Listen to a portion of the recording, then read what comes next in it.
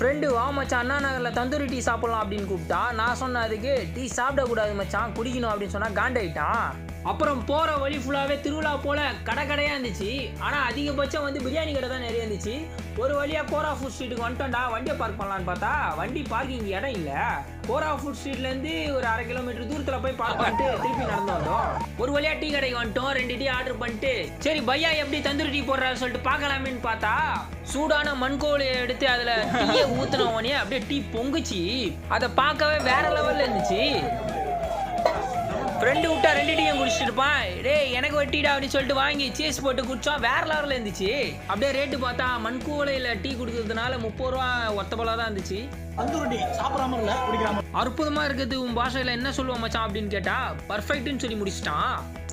நீங்களும் இந்த ஸ்பாட்டுக்கு போய் தந்தூரி டீ குடிச்சிருந்தா மறக்காம கமெண்ட் பாக்ஸில் கமெண்ட் பண்ணுங்க, லைக் பண்ணுங்க, மோத்தி விலாகுக்கு சப்ஸ்கிரைப் பண்ணுங்க.